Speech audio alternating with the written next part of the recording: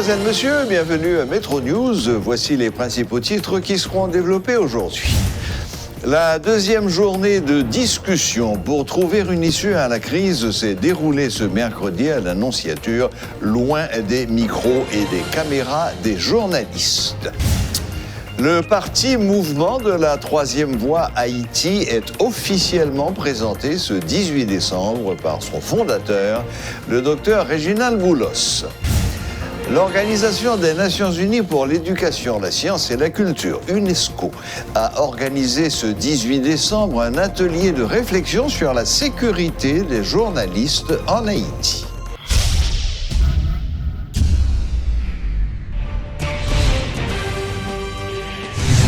Des leaders de partis politiques, des membres de la société civile et des représentants de la présidence réfléchissent sur les solutions à apporter à la crise actuelle. Les échanges continuent entre les acteurs, mais sans les représentants de Maché Contré et du groupe d'initiative de la passerelle. Ces derniers se sont retirés du processus. Risque-t-on d'aboutir à la formation du gouvernement d'union nationale promis par le président? Ou fait-on encore du surplace? Suivez le papier de Rudolf Pierre-Louis. Le 7 novembre dernier, à l'occasion d'une distribution de chèques aux participants au programme d'appui à l'entrepreneuriat jeunesse, le président Jovenel Moïse avait promis la formation de gouvernement d'union nationale avant la fin de l'année. La nouvelle s'est répandue comme une traînée de poudre à travers les médias et a fait l'objet de nombreux débats dans la capitale. Le 28 novembre, toujours au Palais national, M. Moïse réitérait son engagement à mettre sur pied un gouvernement d'union nationale lors de la cérémonie de lancement du financement de 49 coopératives agricoles par la Banque nationale de crédit. Le président Moïse tendait la main à ses opposants pour lancer le fameux dialogue dont on parle tant depuis des mois. En cela, il a très vite reçu l'appui de la communauté internationale dont les représentants en visite en Haïti n'ont cessé d'encourager la formation d'un gouvernement inclusif. Une fois n'est pas coutume, le 58e locataire du Palais national semble avoir tenu promesse et c'est sous l'égide de la représentante des Nations Unies en Haïti, Hélène Lalim. Des discussions dont le but demeure encore obscur ont débuté mardi et doivent prendre fin ce mercredi selon des sources proches de la présidence. Le PHTK et ses alliés signataires de l'accord de Kinam, la passerelle et certaines entités politiques de l'opposition et de la société civile qui ont ratifié l'accord de Mariotte comme Maché Contré ou le Bloc démocratique. Ce sont les différentes structures qui prenaient part initialement à ces rencontres qui se déroulent dans le plus grand secret à l'Annonciature apostolique. Ces rencontres ont au moins pour objectif de trouver une issue à la crise actuelle, mais d'ores et déjà, la passerelle et Maché Contré se sont retirés. Le contenu des échanges demeure secret. Intervenant sur une station sœur de la capitale, le responsable d'Inifos, Paul Denis, n'a pas voulu dévoiler un aperçu des discussions malgré l'insistance des journalistes. Fidèle à son engagement d'informer en toute objectivité, une équipe de métropole s'est rendue à 2 reprises à l'Annonciature apostolique en quête d'informations. Des tentatives qui se sont révélées vaines. Seuls les agents de la PNH peuvent accéder aux bâtiments sous haute surveillance. Ces derniers ne répondent à aucune de nos questions. Sont-ils même conscients dans cet endroit calme et serein situé à Morne-Calvaire que se déroulent des discussions importantes pour l'avenir du pays? Impossible même de pénétrer dans la cour de l'Annonciature pour observer les va-et-vient. En revanche, contactés par téléphone, des proches du pouvoir en place confirment la tenue des discussions. Jusqu'à présent, les autorités semblent penser que le secret de l'affaire est une garantie de sa réussite, et cela pour le plus grand malheur des journalistes. Rudolf Pierre-Louis pour Télémétropole. Les représentants du groupe d'initiative de la passerelle n'ont pas pris part à la deuxième journée de discussion à la Nonciature. Joseph Domingue Orgella, membre de la passerelle, déplore le manque de méthodologie dans cette démarche initiée par l'ONU et l'Église catholique. Le GIP n'est pas un acteur et ne peut pas participer à des négociations, souligne-t-il. D'un autre côté, le sénateur Yuri Latortue déclare que les signataires de l'accord de Mariotte sont solidaires et n'entendent participer à aucune discussion visant la formation d'un gouvernement avec le président Jovenel Moïse. L'homme d'affaires, devenu homme politique, Réginald Boulos, a officiellement présenté son parti baptisé le Mouvement de la Troisième Voie Haïti. Dans son discours de circonstance, M. Boulos a insisté sur la nécessité de repenser les mécanismes de répartition des richesses et de garantir aux jeunes l'accès à la mobilité sociale et ainsi de donner à tous la même chance de réussir. Suivez un extrait de son discours. Jodia, ce n'est pas seulement un parti politique nous vient de Jarret. Nous là surtout pour nous mettre fondation un l'autre Haïti. Un l'autre Haïti côté tout rêve justice sociale nous. Rêve développement, rêve progrès économique nous pour arriver à terre. Oui, nous qu'à faire. Oui, nous comptons qui j'ai pour nous faire. Et oui, nous pourrons le faire. Celle par qu'on vanter tête li salée. Mais les femmes et jeunes garçons là, qui ont volonté, détermination, sentiment patriotique, expérience, honnêteté, oui, nous qu'a dit, nous qu'a fait.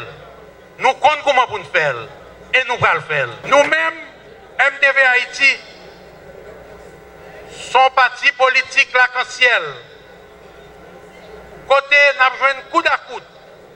Tout le monde dans le pays d'Haïti, quelle que soit zone ou sortie, quelle que soit condition sociale et quelle que soit couleur pour nous. Nous ratons le moment 1843, là nous perdit unité Zilea, qui t'a fait un arc-en-ciel de race, de couleur et de langue. Nous ratons une grosse bataille idéologique. En 1843, l'État a discuté le pouvoir au plus grand nombre, le pouvoir au plus capable. En réalité, je dis à nous capables de dire, tous les deux étaient dans l'erreur. Parce que c'est l'élite là que nous connaissons avec masse peuple là, qui peut changer le pays d'Haïti. À propos de l'impasse politique, le leader du parti de la Troisième Voie Haïti préconise un dialogue sans conditions préalables pour sortir le pays de la crise. Toutefois, Réginald Boulos n'entend souscrire à aucune démarche de négociation qui soit synonyme de compromission.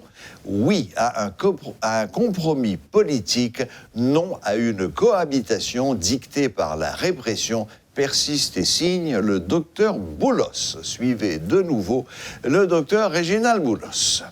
Je dis, nous pas gagné pour nous choisir et nous pas accepter pour demander de choisir. Faut négociation à compromission.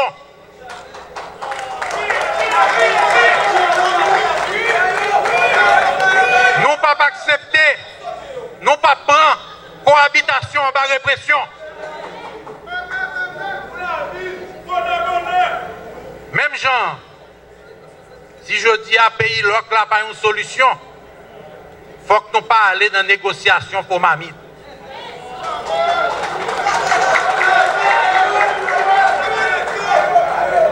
Faut que nous chita attendez. Faut que nous fassions chita attendez. Sans condition pour tout le monde. Qui pour résoudre la qualité crise ça. Si nous pas sous bluff, si nous remettons le pays d'Haïti tout bon, il faut que nous tous parlions pour nous faire sacrifice. Dans un compromis historique.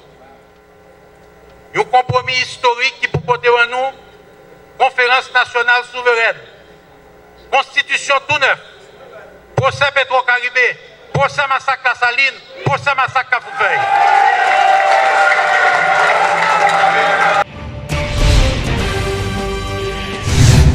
L'Organisation des Nations Unies pour l'éducation, la science et la culture, UNESCO, a organisé ce 18 décembre un atelier de réflexion sur la sécurité des journalistes en Haïti. Meurtre de journalistes, propagation de discours de haine et désinformation ont été au centre des débats. Jeffrey Clark Lochard, spécialiste du programme de communication et d'information à l'UNESCO en Haïti, en a profité pour poser le problème problème d'accès à l'information qui constitue un grand défi pour les journalistes dans l'exercice de leur métier. Suivez ces explications. UNESCO, dans le cadre de Mandali, il y a une journée internationale. C'est une journée internationale pour mettre fin à l'impunité pour les crimes commis contre les journalistes. Et récemment, en Haïti, entre 2018 et 2019, nous remarquons qu'il y a environ 3 journalistes qui sont assassinés. Alors 2 assassinés, il y a une qui portait disparu. C'est très récent. Et tout à l'heure, nous avons de mettre ma distinct, tu as parlé de Jacques Roche, Brignol Lindor, Jean-Dominique. Et il a dit que ça fait 20 ans qu'on a fait une instruction, par exemple. Donc UNESCO, il y a un mandat ça pour sensibiliser tout acteur. Que ce soit, et ça fait nous inviter des autorités policières, nous inviter des autorités judiciaires. Parce que autant que Kassa, qui est lié avec meurtre journaliste, assassinat journaliste, je ne pas être impuni, pas des décisions qui rendent sur eux, le journaliste a continué victime. Donc nous pensons que il est temps pour nous sensibiliser toute autorité policière pour prendre des décisions. Mais nous-mêmes tous, journalistes, c'est certain que nous avons des droits, mais également des devoirs. Et c'est dans ce sens-là, par exemple, les Nations Unies, il y a une résolution qu'elle prend sur la question du discours de la haine dans les médias. Côté que il y a des discours qui incitent à la violence, par exemple. Des discours qui ciblent des minorités, des femmes, etc. Des gens qui ont des opinions politiques différentes. Donc, il est vrai, l'UNESCO, c'est une institution qui mandalise, c'est sensibilisé par rapport à la liberté d'expression. Et la liberté d'expression, c'est un droit de l'homme. Mais les Nations Unies, avec l'UNESCO, pensaient que le discours de la haine, si nous bannissons, si nous taclons le discours de la haine dans les médias, en ligne et hors ligne, c'est pas on attaque par rapport à la liberté d'expression. Au contraire, c'est permettre que les citoyens qui ont accès avec bon genre d'informations, c'est permettre qu'il y ait des gens qui sont ciblés, et que ce soit dans le niveau coyo, dans le niveau moralité, etc. L'ex-commissaire du gouvernement de Port-au-Prince, maître Paul Héronce-Villard, déplore la lenteur de la justice à faire jaillir la lumière sur les cas de meurtre de journalistes. En marge d'un atelier de réflexion sur le renforcement de la coopération nationale pour la sécurité des journalistes en Haïti, organisé par l'UNESCO ce 18 décembre, maître Villard regrette que son passage au parquet n'ait pu faire avancer des dossiers relatifs au meurtre ou à la disparition de journalistes. Suivez ces déclarations. Jeudi, dans l'activité, il y a parlé de impunité, il y a parlé de faiblesse de la justice, il y a parlé de faiblesse de l'état de droit. Donc on est un ensemble de journalistes qui victimes, et ça fait plusieurs années. Et malheureusement, jusqu'à présent, la justice est on ne peut plus lente par rapport à la réponse qui t'a dû porter à la quantité de journalistes qui sont victimes. Moi-même, je prends plusieurs initiatives pendant que je suis dans le paquet pour travailler sur le dossier de journalistes qui sont victimes. Mais malheureusement, avec la lenteur de la justice, nous avons dit jusqu'à présent pour qu'on gagne une réponse réelle. Et participation dans le colloque, dans l'atelier matin, je voulais dire qui ça? Je voulais dire comme citoyen, comme ex-commissaire du gouvernement, comme juriste, comme avocat. Je voulais dire c'est support moins porté à la construction d'un véritable état de droit dans le pays, à la construction d'une véritable démocratie, à la construction de l'indépendance effective de la justice. Naturellement, ce n'est pas une journée de fête, ce n'est pas une journée de commémoration pour les journalistes, même de voulez participer symboliquement à l'activité ce matin pour me dire journalistes. Plus de 700 Haïtiens ont été expulsés des Bahamas au cours de l'année 2019. À l'occasion de la Journée mondiale des migrants, la Direction générale de l'Office national de la migration, ONM, en partenariat avec l'OIM, a organisé une série d'activités visant à marquer cette date symbolique. Gagné un paquet de rapatriement qui sortit du côté de Bahamas pour premier trimestre seulement, d'octobre à date, nous enregistrons plus de 792 migrants venant de Bahamas seulement. Ça, c'est un point fort à signaler. Donc, ONM, Pape Jean Batba, l'a toujours accompagné migrants automatiquement retourner dans le pays, non seulement pour nous faire un accueil favorable, pour nous faire ressentir la caillou, et deuxièmement, par rapport avec l'équipe de suivi ça, que nous venons nous mettre sous pied, eh bien, nous pensons que le maximum d'efforts, justement, l'a consenti au niveau de l'ONM pour nous toujours être en contact direct avec nous. Parce que une remarque que nous avons fait, nous sommes capables de faire un accueil aujourd'hui là, et puis un mois plus tard, presque les mêmes visages qu'on avait reçus, c'est eux-mêmes encore qui retournent. Ça veut dire qu'il y a un travail qui n'est pas fait. C'est peut-être ça, nous gagnons tout, une sorte de sensibilisation, de bouche à l'oreille, que nous avons fait à travers zone côté que moun yo même choisi quitter en masse. Par exemple, si je prends les départements du nord, du nord-est et du nord-ouest, côté que il y a un pile haïtien qui quitte bloc ça pour aller migrer aux Bahamas, et bien aujourd'hui, ONM lancé une grande campagne de sensibilisation pour nous dire la migration irrégulière, c'est quelque chose qui est condamné par la loi, et voilà pourquoi ou dans situation ça, pays d'accueil obligé de joindre moyens selon la loi justement pour que les rapatriés. Il y a un pile parole tout qui t'a parlé concernant les refoulés ou bien les retournés forcés de Bahamas. Effectivement, l'ONM lui prend acte parce qu'elle parlait avec Mounio, mais il est clair que nous sommes en train de dresser un rapport. Lequel rapport, une fois prêt, sera acheminé au niveau du ministère des Affaires sociales, qui c'est le ministère de tutelle nous, et lui-même à son tour qui va gagner pour que l'Ivo Eli dans le ministère des Affaires étrangères, puisque question de migration liée directement à la diplomatie. Voilà, la boucle est bouclée. Merci de nous rester fidèles et n'oubliez pas que vous pouvez suivre Métro News en différé sur YouTube à l'adresse Métropole Télé. Et voilà, à la prochaine, même heure, même chaîne.